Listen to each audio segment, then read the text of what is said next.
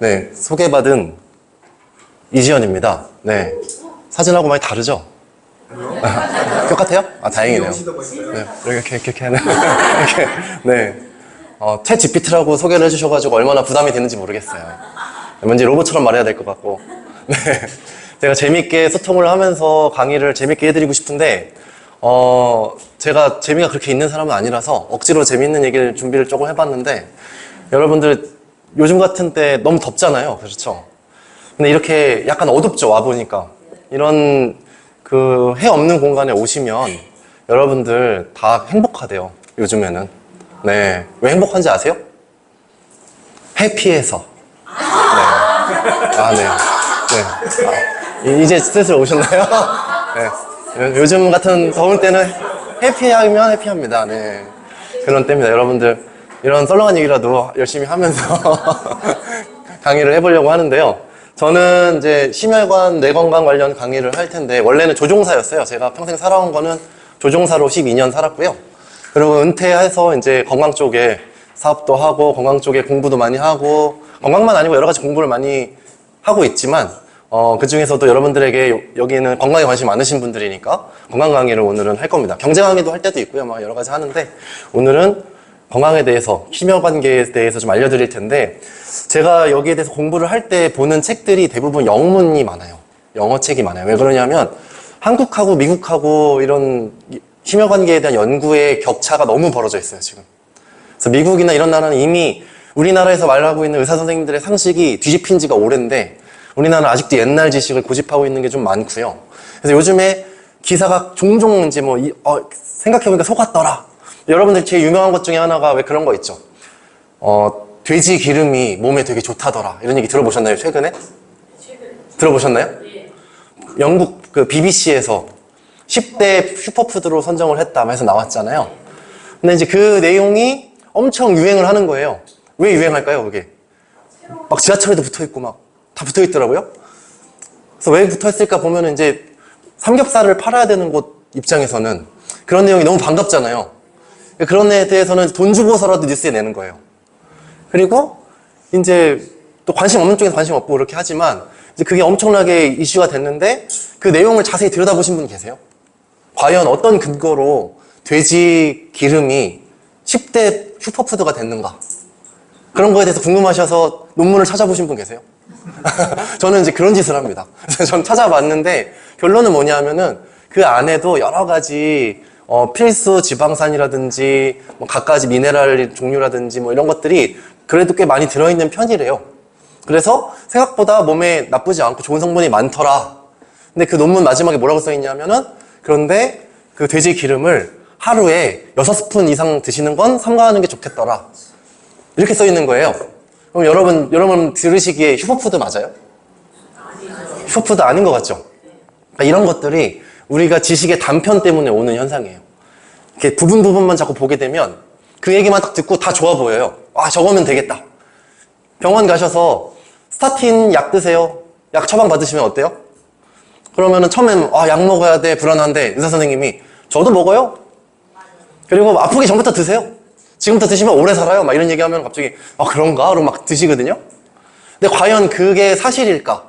그게 정말로 맞는 말일까? 우리 몸에 나쁜 것은 없는 것인가? 무조건 다 좋은 것인가? 이렇게 봤을 때 여러분들이 그 정보에 접근하기는 쉽지가 않다는 거예요. 왜냐? 그런 스타틴에 대해서 좋다는 얘기 누가 할까요? 그런 약이 좋다. 제약회사, 그리고 의사 선생님들. 약을 처방해야 되기 때문에 거기에 대해 좋은 정보만 알릴 수밖에 없는 거죠. 그래서 우리는 정보의 단편만 자꾸 얻게 되는 거예요. 그래서 저는 가능한 이런 정보, 저런 정보를 다 종합해서 전체적인 원리를 여러분들한테 편하게 이해가 쏙쏙 되게 알려드리려고 준비를 해봤는데, 어려울 수도 있지만 쉽게 최대한 알려드릴 거고요. 그리고 여러분들이 중간중간에 궁금하시면, 되게 가깝잖아요, 저희 지금. 그러니까 아무 때나 이거는 뭐예요? 혹시 이거는 어떻게 해야 돼요? 막 이렇게 물어보셔도 저는 바로바로 다 알려드리고 반응하면서 강의를 소통하면서 할 수 있으니까요. 여러분들 편하게 저한테 얘기해 주시면 됩니다. 이거는 팜뉴스 약사신문에 나온 내용인데, 최근에 고혈압 치료제, 치료 환자만 1000만 명이 넘었대요. 1000만 명이면은 우리나라 인구가 몇 명이에요? 지금 4천만 명, 5천만 그러잖아요? 5천만 중에 1000만 명이면 5분의 1이잖아요? 근데 5분의 1 중에 아이들도 있어요, 없어요? 5천만 중에? 있죠. 젊은 사람들 있어요, 없어요? 있죠. 그러면은 1000만 명이면 한 50대 이상 인구 중에 반이 먹는다는 얘기예요. 그쵸? 어마어마하죠. 그래서 고혈압 치료제를 너무나 많이 쉽게 드시고 계시더라라는 건데, 그 고혈압이 시장이라고 얘기하죠. 이게 약사 하신 분들, 약사 입장에서는 이게 잘 팔리는 시장인가가 되게 중요한 거예요. 그래서 지금 신문 기사에 1조 8천억 원 정도가 이제 고혈압약이 팔리고 있다라는 얘기죠. 그래서 굉장히 작은 규모가 아닌 큰 경제가 돌아가고 있는데, 이렇게 약을 많이 먹는 시대가 됐는데도 불구하고 보시면 우리나라 여기 질병관리청은 정부기관이죠. 여기서 발표한 거는 10년 새에 심근경색이 얼마나 늘었어요? 54%. 그러면 지금 우리 의료계가 성공하고 있어요? 없어요? 성공 안 하고 있죠. 뇌졸중도 발생 더 하고 있고. 그렇죠. 그래서 이렇고 있는 시대인데, 여기에 대해서 이제 얘기는 그거죠. 이렇게 발생하는 이유는 더 나이 들고 있잖아. 우리가 고령화되고 있잖아. 그러니까 더 많이 발생하는 게 맞아. 라고 하지만 사실 암만 그래도 10년 사이에 이렇게 늘어나는 거는 사실 정상적이진 않아요. 뭐 10%가 늘었다. 이러면 말이 되는데 50%면 말이 안 되죠. 그래서 굉장히 많이 늘고 있기 때문에 여러분들이 알아야 되는데, 심근경색 많이 아시죠? 들어보셨죠? 어떤 병이에요? 굉장히 어렵나요? 여기 다 써있잖아요. 이거 보시면. 네. 동맥이 있고 정맥이 있어요, 우리 몸에는. 동맥은 뭐고 정맥은 뭐예요? 동맥은 겨울철을 보시는 거예요? 동맥은 움직일 동자예요. 움직인다. 그래서 피를 심장에서 우리 몸에 보내주는 상행선. 그게 동맥이에요. 정맥은요? 가서 다 쓰고 돌아오는 거. 그래서 약간 깨끗해지지 않고, 그다음 산소를 다 뺏겨서 색이 변하죠.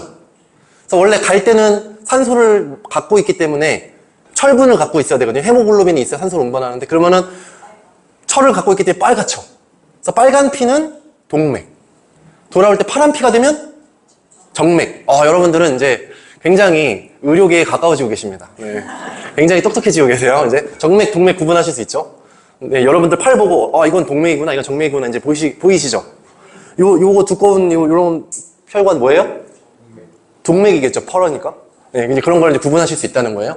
그래서 이런 동맥 중에 관상동맥이 있어요. 관상동맥. 관상동맥은 뭘까요? 이게 굉장히 이제 어렵게 글을 써놨어요. 쉬운 건데. 저 관자가 뭐냐면 크라운입니다. 크라운.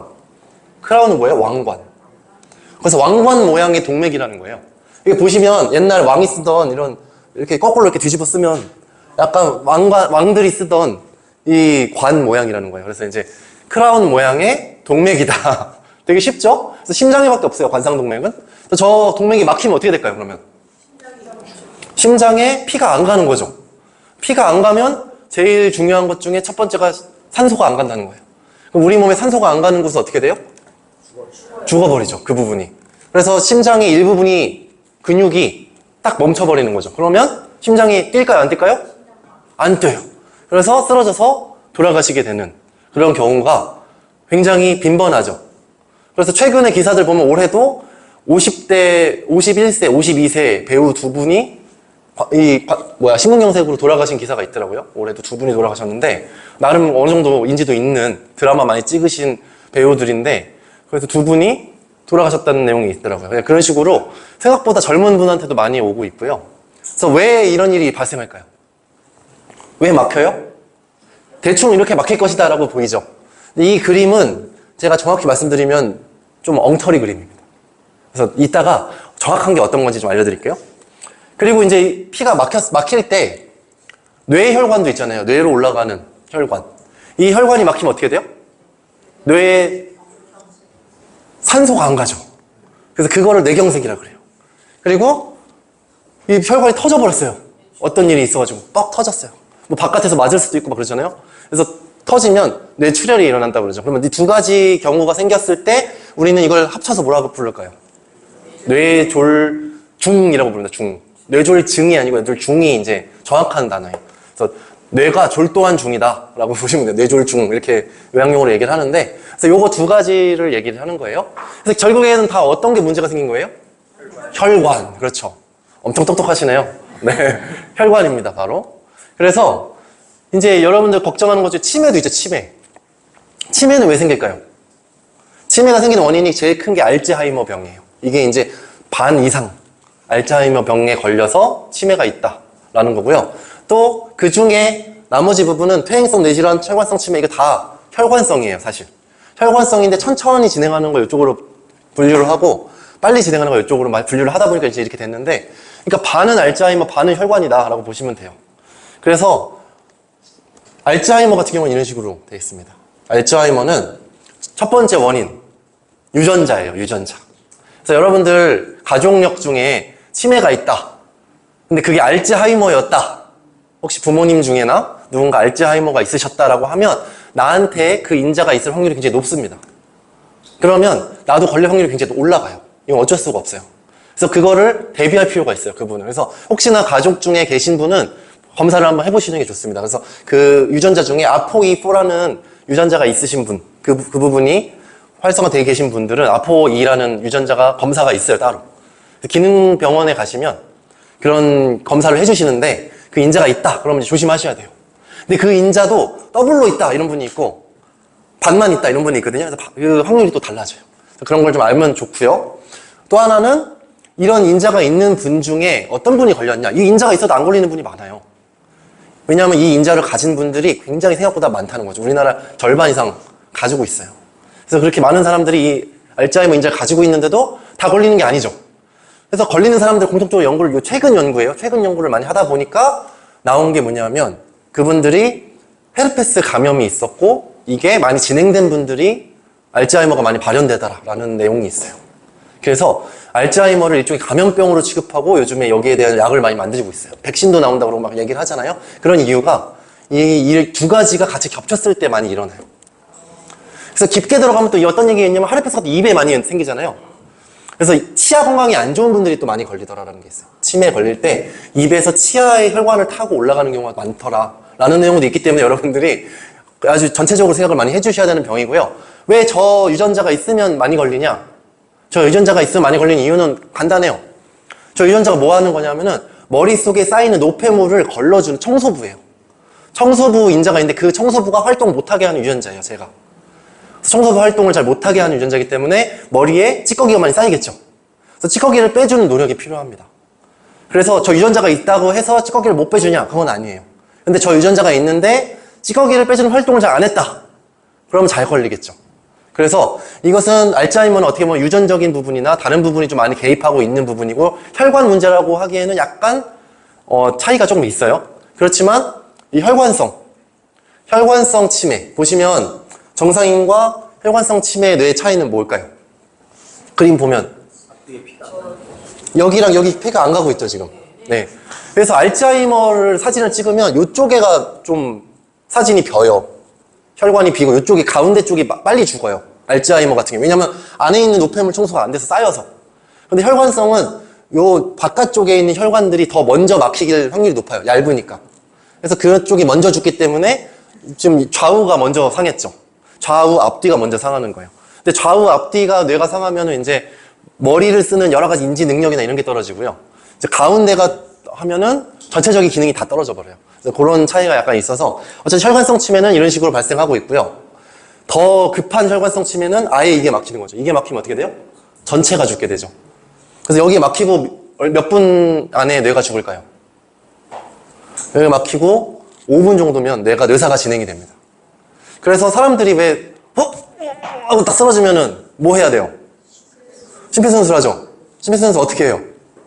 심폐소생술은 딴 거 기억하지 마시고 팔을 일자로 만든다는 걸 기억하셔야 돼요. 팔을 일자로 안 하면 힘이 안 들어가요. 일자로 해서 직각으로 해서 팍 심장 여기 가운데 부분을 누르는데 갈비뼈가 부러져야 됩니다. 안 그러면 심장이 안 눌려요. 그래서 갈비뼈 부러지더라도 심장을 눌러서 뭘 해요? 펌프질을 하는 거죠. 심장이 멈췄으니까 강제 펌프질을 해서라도 뇌를 살리는 거예요. 그게 여러분들 CPR입니다. 그래서 CPR 별거 없어요. 심장이 1분에 몇 번 뛰어요? 대충 60번 정도, 80번 뭐 사이 뛰잖아요. 뭐 100번 뛴다 그러면 그분은 병원 가셔야 되는 거고 60번 정도 뛴다고 봤을 때 그럼 여러분들이 이거 심폐소생술 할 때 1분 동안 몇 번 누르면 돼요? 아, 네, 쉽죠? 저처럼 쉽게 가르치면 좋은데 막 어렵게 가르치더라고요, 자꾸. 쉬워요, 쉬워. 이거 심폐소생술 별거 아니에요. 입으로 하는 거 불잖아요. 그거 하라고 돼 있어요? 안 하라고 돼 있어요? 이젠 필요 없다고 돼 있어요. 그거 하지 말고. 목에 있는 이물질 있으면 이렇게 손가락으로 빼주기만 하고 그냥 이것만 누르라고 돼 있어요, 지금은. 그래서 어쨌든 그것만 빨리 해줘도 뇌가 안 죽어요. 피가 억지로라도 돌면 산소가 가니까. 그러니까 그런 게 이제 뇌의 질환입니다. 그래서 여러분들이 혹시나 제가 요거는 이제 되게 상식적으로 건강 요 강의 외적으로도 말씀드리지만 여러분 주변에 누가 쓰러졌다, 아니면 여러분 스스로가 쓰러질 것 같다. 그러면은 뭐 하면 좋을까요? 제일 먼저 할 거. 119입니다, 119. 왜 119일까요? 119 전화를 해서 거기다가 얘기를 해야 돼요. 저 뇌졸중 같아요. 뇌졸중인지 아닌지 알아보는 방법 뭐 있을까요? 심장이 아프다, 뭐 이거 있고요. 그리고 또 하나는 몸의 반이 작동을 다르게 해요.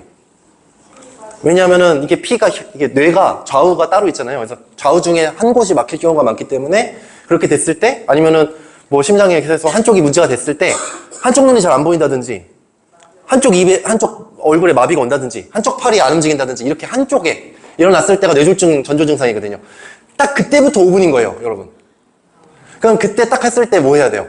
내가 병원 갈 수 있어요, 빨리? 차 막혀요. 그게 문제인 거예요, 차 막혀요. 두 번째는 병원 중에도 일반 병원이 있고요, 뇌졸중 전문 병원이 있습니다. 그 나라에서 나눠놨어요. 뇌졸중 치료가 가능한 병원이 있단 말이죠, 따로. 그래서 119 부르면서 저거 뇌졸중 같아요 라고 하면은 119에서 뭘 먼저 연락을 해놔요? 뇌졸중 병원 응급실에다 연락을 먼저 해놓는 거예요. 그래서 바로 뇌졸중 병원으로 갈 수 있게. 근데 여러분들이 직접 나 병원 가야 되고 직접 가서 뇌졸중 병원 아닌데 가면 어떻게 돼요? 그때부터 시간 지연이 엄청나게 됩니다. 그래서 제일 쉬운 게 119 부르는 거예요. 네, 그게 제일 여러분들이 건강을 지킬 수 있는 확률이 제일 높습니다. 어쨌든 간에 이거는 최악을 얘기 드린 거예요. 최악의 상황. 여기까지 가면 돼요, 안 돼요? 안 돼요. 근데 거기까지 왜 다 잘 가고 50%가 늘었을까요? 어떻게 막을지 몰라서예요. 여러분들이 아는 게 그만큼 중요한 거죠. 그래서 오늘 제가 알려드린 내용이 굉장히 도움이 많이 되실 텐데, 이렇게 막히면 경색이 일어난다, 뭐 이런 거죠. 그래서 약을 먹는 거예요, 사람들이. 병원 가면은 저렇게 혈관이 막힐 것 같으니까 막히기 전부터 약을 드세요 라고 하죠. 그래서 그 전조 증상을 뭘로 봐요? 혈압이 높네요. 혈압이 높으면 뭐라 그래요? 약 드세요. 이렇게 되는 거죠. 그래서 약을 먹는데 장기적으로 먹어도 문제 없어요 라고 말을 하지만 실제로 문제가 있어요, 없어요? 되게 쉽게 알 수 있는 거는 그 약 이름 적어주잖아요, 병원에서. 그거를 네이버에만 쳐도 거기에 부작용이 쫙 나와요. 그런데 약사 선생님이나 의사 선생님들은 그걸 굳이 얘기 안 해주죠. 얘기할 필요가 없죠. 그냥 처방했으니까 그냥 드세요, 이렇게 되는데, 재밌는 거는 혈압약을 장기 복용을 했는데 뇌졸중 위험이 11%가 높아졌다 라고 하죠. 네. 그러니까 혈압약을 먹었다고 뇌졸중이 낮아지려고 먹은 거잖아요. 뇌졸중 확률이 높아지면 어떡해요? 뭔가 잘못됐죠.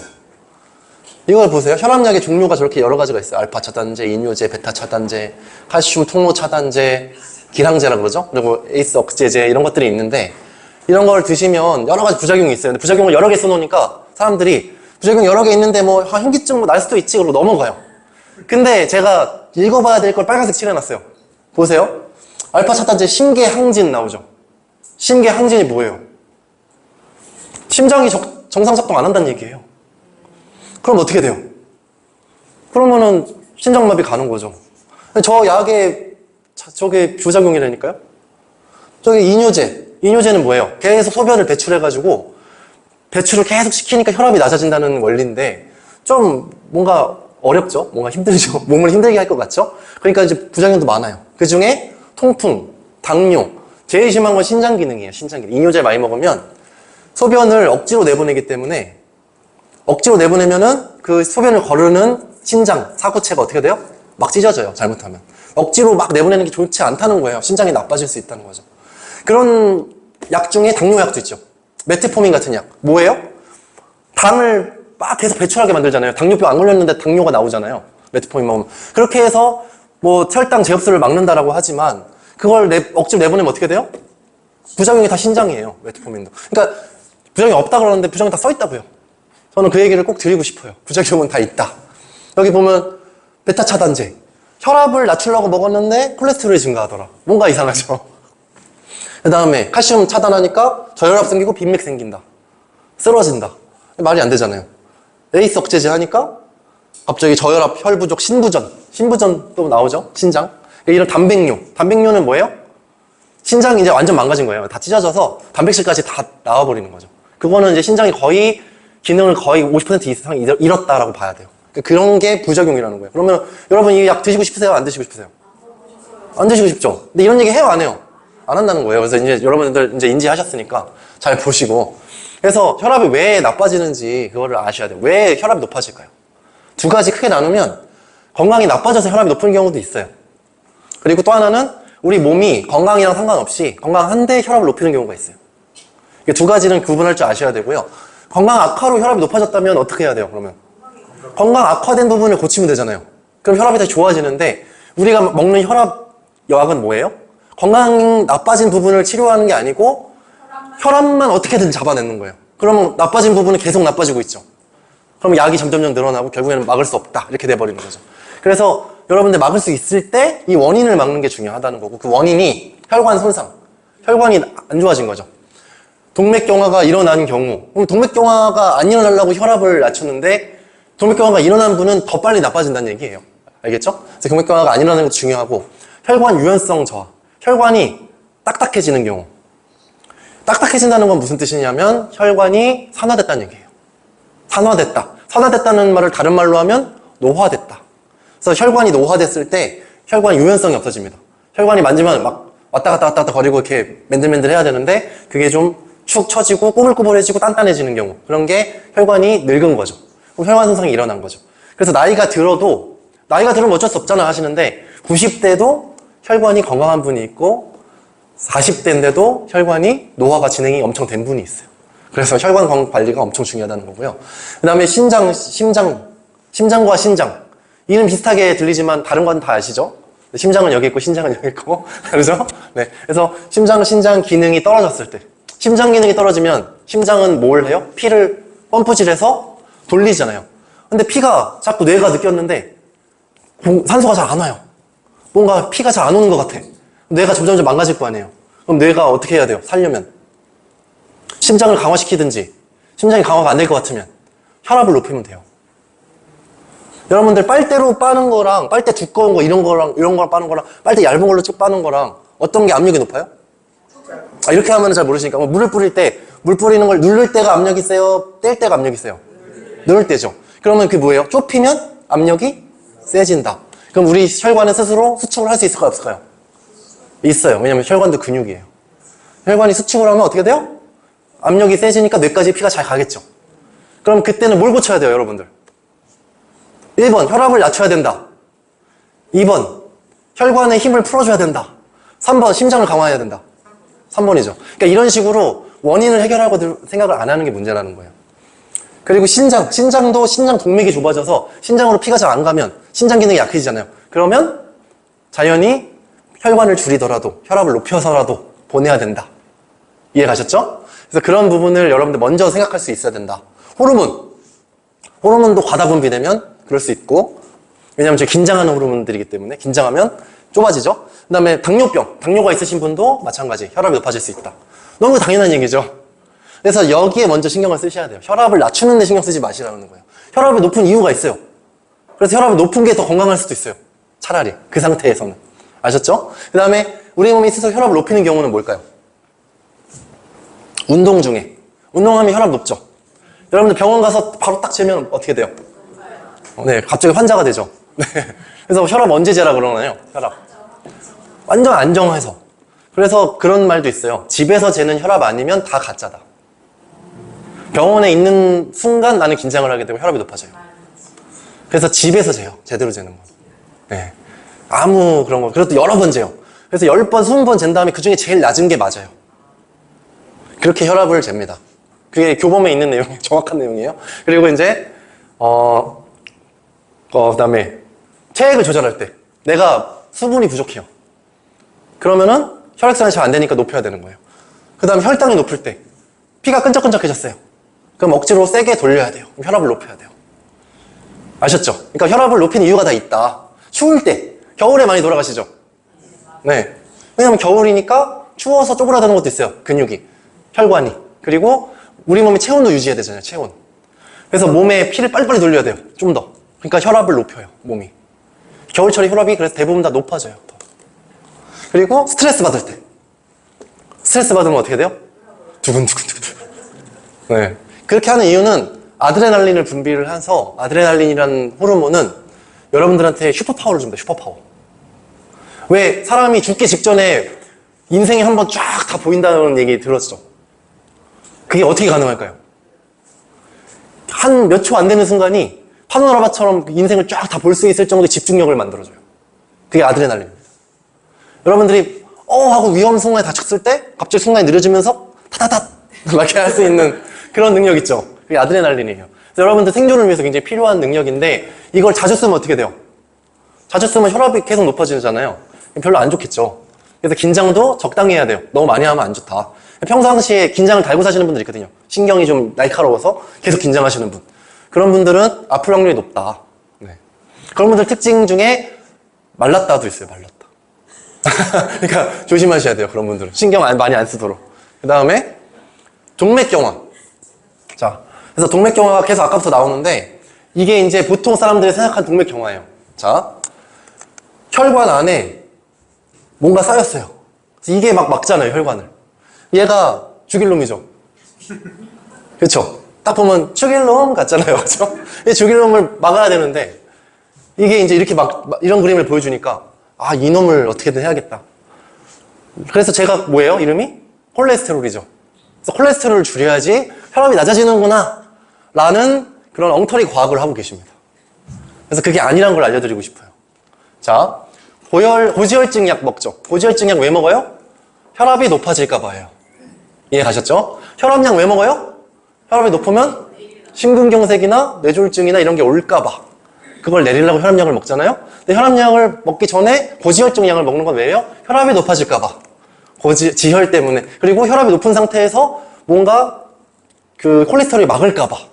그래서 혈압약과 세트로 들어갈 때도 있죠. 굉장히 그렇게 드시는데 환자 수가 지금 보면은 자, 이쪽 시장은 얼마예요? 2023년만 3조 가까이 팔렸죠. 네, 3조짜리 약입니다.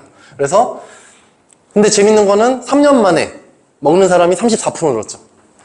엄청난 기적이죠. 엄청난 마케팅이 일어나고 있어요. 왜 그럴까요? 왜? 네. 여러 가지 이유가 있는데 너무 광고를 잘했어요. 광고를 잘했고 또 한 가지는 병원에서 그거 낮춘 거 아세요? 여러분들 그 고지혈증에 대한 수치의 환자의 범위를 더 넓히기 위해서 좀만 높아져도 환자로 취급할 수 있게 그 범위를 낮췄어요. 그렇기 때문에 우리가 쉽게 환자가 될 수 있습니다. 그래서 재밌는 거는 고지혈증 국민약인데 약을 끊으면 콜레스테롤 수치가 다시 올라갈 수밖에 없죠. 당연한 거죠. 그리고 약을 먹고 수치가 떨어졌다고 병이 나온 게 아니다. 너무 당연한 얘기죠. 근데 이런 얘기를 하고 있는 뉴스 기사를 제가 한국에서 찾아봤는데 외국에서는 엄청 많이 나오는 기사거든요. 한국에서 찾아봤는데 한국밖에 안 나왔어요. 코미디닷컴. 이게 코미디다. 저는 이게 너무나 당연한 얘기인데 이 얘기를 해주는 기사가 코미디닷컴밖에 없더라. 참 이게 정말 코미디인 것 같아요. 그래서 이제 제약산업 정보 포털 여기는 약사들이 보는 사이트예요. 약을 이제 확인하는 곳이잖아요. 가서 보면 스타틴 고지혈증 약 당뇨병 위험 최대 2.6배 높인다 써있죠. 네, 저게 약사들이 보고 있는 정보인데 이런 얘기 해요, 안 해요? 안 해요. 왜 안 해요? 나쁘죠? 됐지? 네, 그렇습니다. 그래서 이게 이제 100만 명을 의료 정보를 보고서는 확인한 게 이래요. 그래서 오래 복용할수록 당뇨 위험도는 더 높아졌다. 그럼 오래 복용할수록 당뇨 걸릴 확률이 높아진 거죠? 그렇죠? 복용하면은 무조건 좋아져요? 안 좋아진다. 관리돼요? 관리 안 된다. 자, 이상 지지절정 지금부터는 한국에서는 잘 볼 수 없는 정보예요. 지금부터는 한국에서는 잘 안 나오는 정보 중에 좀 내용을 좀 정리를 했는데 보시면 요거는 보시면 경계가 130이에요. LDL이 총 콜레스테롤에 대한 게 있죠. 적정이 200이고 200 넘으면 안 된다고 돼 있죠. 기억해 두세요. 총 콜레스테롤은 200이 넘으면 안 된다고 돼 있어요. 분명히. 그 다음에 LDL 콜레스테롤은 130 넘으면 안 된다고 돼 있어요. 중성지방도 여기가 안 좋다고 돼 있고 많으면 HDL은 뭔가 높아야 된다고 돼 있죠. 높아야 된다. 기준이 다르죠. 얘는 높으면 안 된다가 아니에요. 그것만 기억하시고 넘어갔어요. 자, 이게 무슨 그래프냐면은 심장 발작으로 돌아가신 그래프예요. 그걸 조사를 했는데 자, 콜레스테롤 수치가 LDL이 130이 아까 여기잖아요. 130보다 높으면 안 된다며. 그렇죠? 근데 어디서 많이 돌아가셨어요? 90. 90, 100이면 우리나라에서 콜레스테롤 수치가 낮을까요? 높을까요? 낮은 사람들이죠. 콜레스테롤 수치가 낮은 사람들이 급사하는 경우가 훨씬 많았다는 거예요. 현실은.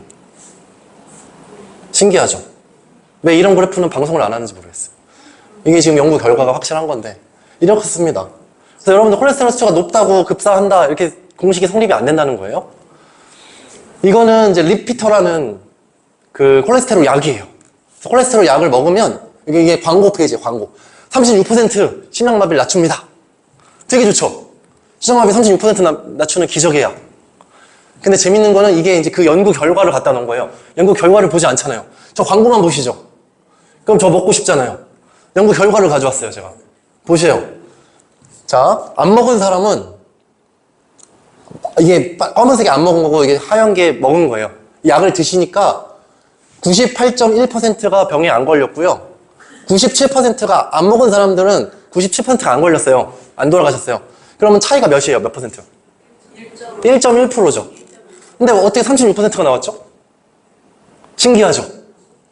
그게 뭐냐면은 여기 계산 기적의 공식 3%에서 1.1%를 빼면 그 격차가 36%라는 거예요. 신기하죠? 완전 사기 같죠? 근데 저 수치를 의학계에서 쓰게 해줬습니다. 그래서 우리가 먹는 약의 효능에 대한 퍼센트는 다 저렇게 나오는 거예요, 계산은. 네. 엄청 속았죠? 약이 효과 있는 줄 알았죠? 저 수치보다 오메가3 오래 먹었다는 수치가 훨씬 더 효과가 높게 나와요. 웃기죠?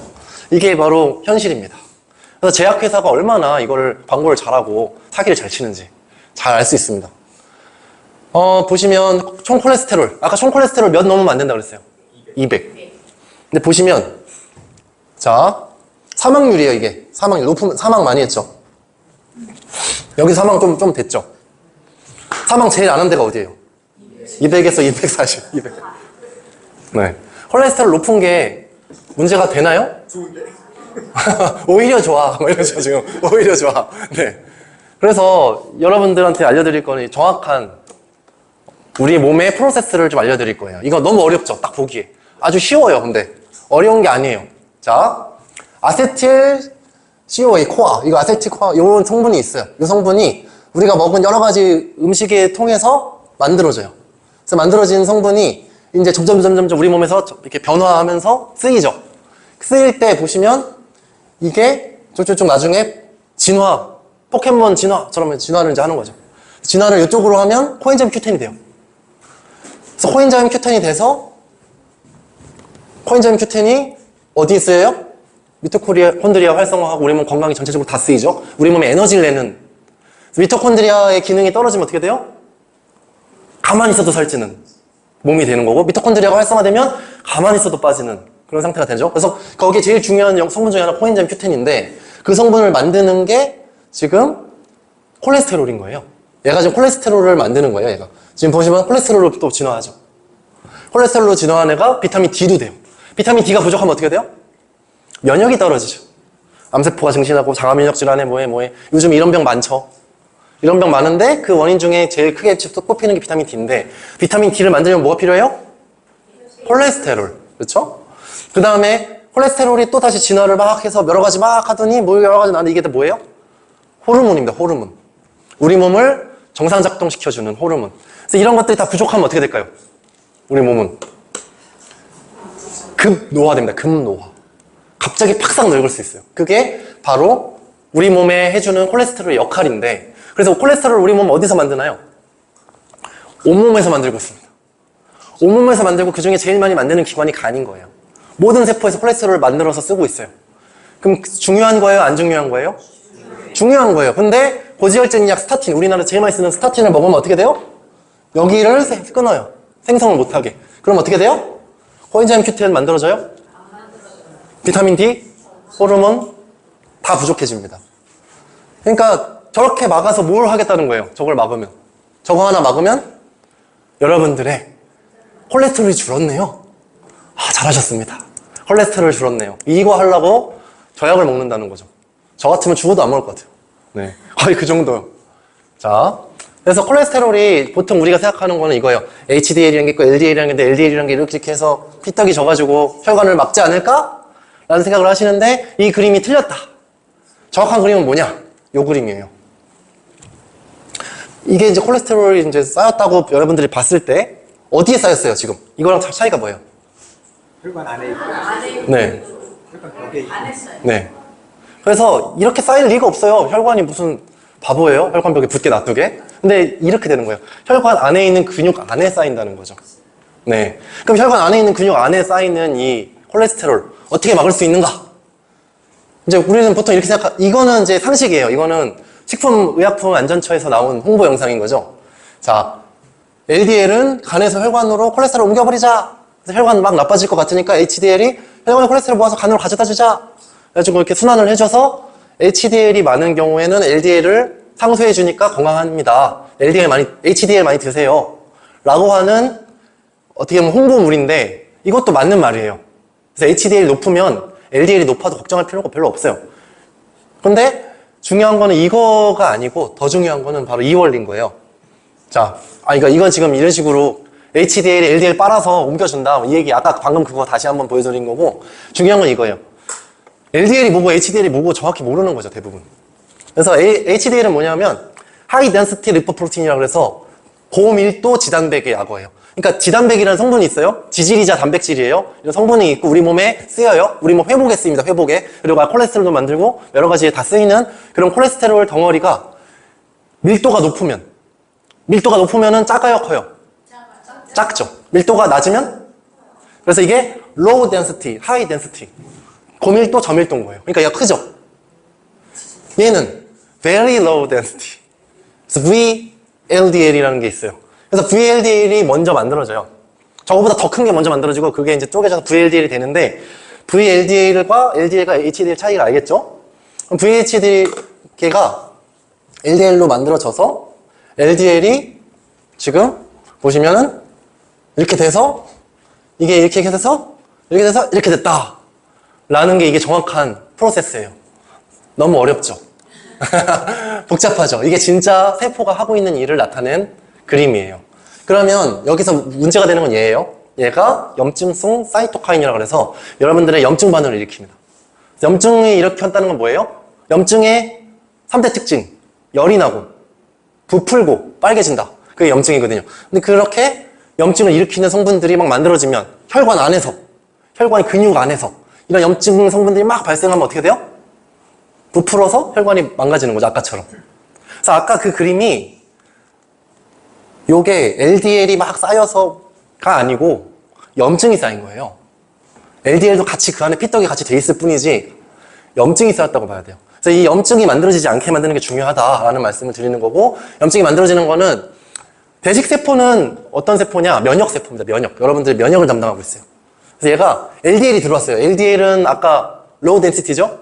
얘가 들어왔을 때 얘를 이 면역세포가 왔는데 그냥 얘를 잡아먹어요? 안 잡아먹어요? 면역세포가.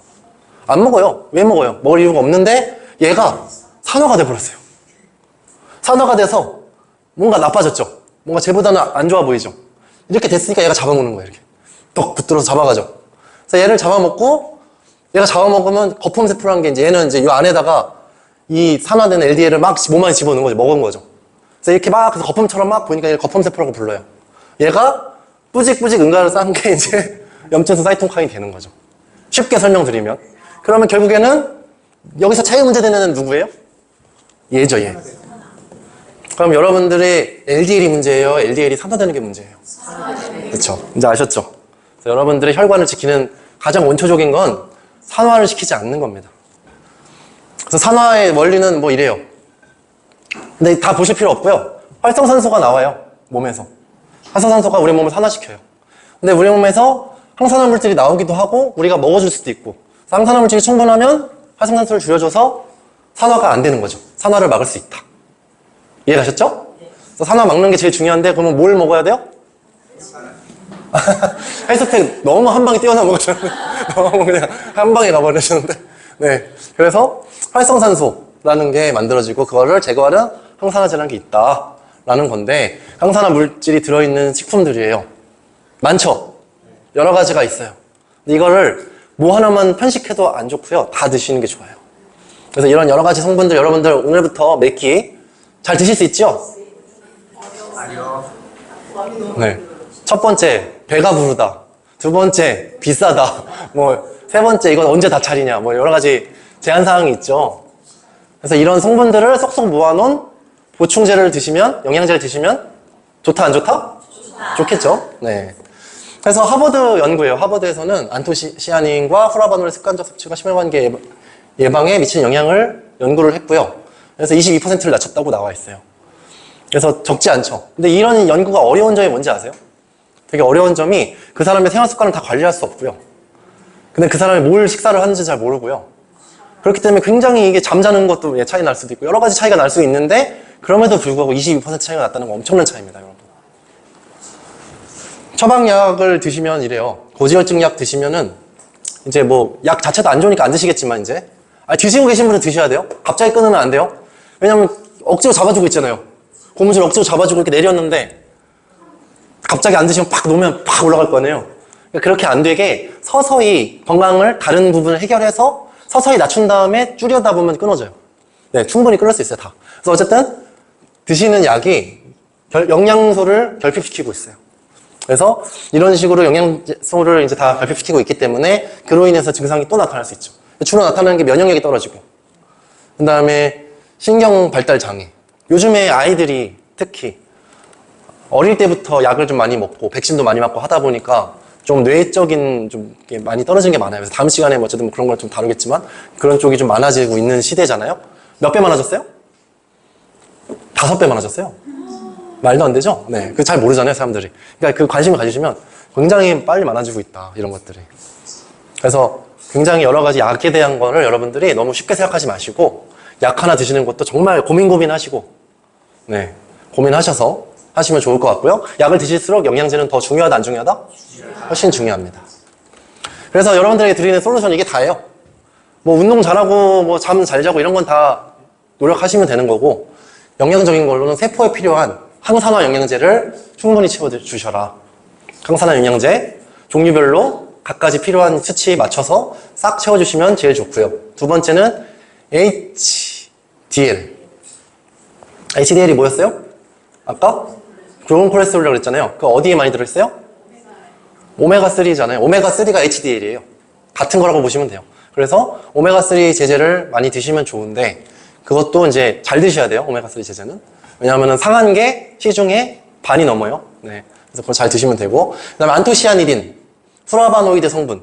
이게 다 포도에 많이 들어있어요. 포도씨, 포도 껍질에 많이 들어있는 성분인데 이 성분이 혈관을 가장 많이 청소를 해줘요. 그래서 이 성분의 그 비교를 해봤을 때 플라바노이드 성분은 여러 군데서 나와요. 안토시아니딘도 여러 가지 뭐 땅콩에서도 좀 나오고 뭐 어디서 나오고 막 여러 군데서 나오는데 중요한 거는 그 효과의 능력치가 너무 차이가 나는 거예요. 그래서 효과가 최고다 하는 애한테 이름을 추가로 붙여준 게 있어요. 그게 앞에 프로라고 붙여줬어요. 프로. 그래서 프로 후라바노이드 성분이 들어가 있는 게 포도씨예요. 그래서 가장 센 후라바놀 성분이 프로 후라바놀이다라고 보시면 됩니다. 그래서 그런 걸로 혈관 청소를 해주시면 좋고요. 마지막으로 코엔자임 Q10. 코엔자임 Q10은 아까 말씀드렸죠? 소고기에 많이 들어있어요. 소고기. 소고기를 즐겨 드시면 참 건강할 것 같아요. 근데 이제 좀 가격이 나가니까 네, 소고기 이만큼 한 덩이 드시면 요만한 한 알 정도 되니까 그렇게 생각하시고 이제 코엔자임 Q10을 잘 채워주시면 좋을 것 같습니다. 그래서 코엔자임 Q10을 잘 채워주면 몸에 에너지가 막 올라가죠. 세포의 에너지 대사가 올라가요. 에너지 대사가 올라갔을 때 가장 에너지를 많이 쓰는 우리 몸의 기관은 심장입니다. 항상 뛰잖아요. 제가 여러분들 보면서 두근두근 하는 것처럼 이렇게 뛰잖아요. 얘가 가장 많이 에너지를 쓰기 때문에 코엔자임 Q10이 가장 효능이 많은 기관이 심장이라고 되어 있는 거예요. 그래서 심장 강화할 때 제일 좋습니다. 그래서 여러분들이 이런 것들을 영양적으로 잘 채워주시고 그러면서도 다른 질병이 없는가, 내가 대사증후군은 없는가, 뭐가 없는가 이렇게 찾으셔서 그런 질환도 줄이시고 그러면서 건강한 생활 습관, 운동도 하시고 잠도 잘 주무시고 하시면 우리 건강은 평생 갈 수 있다 없다? 갈 수 있어요. 자꾸 확신을 못 하셔 다들. 건강은 평생 갈 수 없어. 왜 그러냐면 우리나라 분들 중에 평생 건강 지키는 사람을 잘 못 봤거든요. 근데 저는 미국에 가서 많은 건강학회나 이런 데 가서 미국 사람들을 만나면 90세인데 뒤에서 보면 다 모델 같아요. 다 하이힐 신고 남자들 다 역삼각형에 다 이러고 와요. 90세인데 앞에서 보면 머리도 없고 수염 이렇게 났고 막 이런데 뒤에서 보면은 영화 배우예요. 그냥 그게 가능하거든요. 근데 그렇게 관리하는 사람이 많이 없을 뿐이에요. 근데 앞으로는 많아질 거예요. 네, 우리나라도 그런데 관심이 많아졌으니까 이제 고령화 시대, 초고령화 시대 왔으니까 더 관심이 많을 텐데 여러분들이 관리하시면 평생 한 제가 뭐 20대까지는 아니더라도 평생 한 30대 후반이나 40대 초반의 건강 상태로는 유지할 수 있다 라고 말씀드리면서 오늘 여기까지 유익하셨어요? 어때요? 네. 오늘 여기까지 마치도록 하겠습니다. 감사합니다.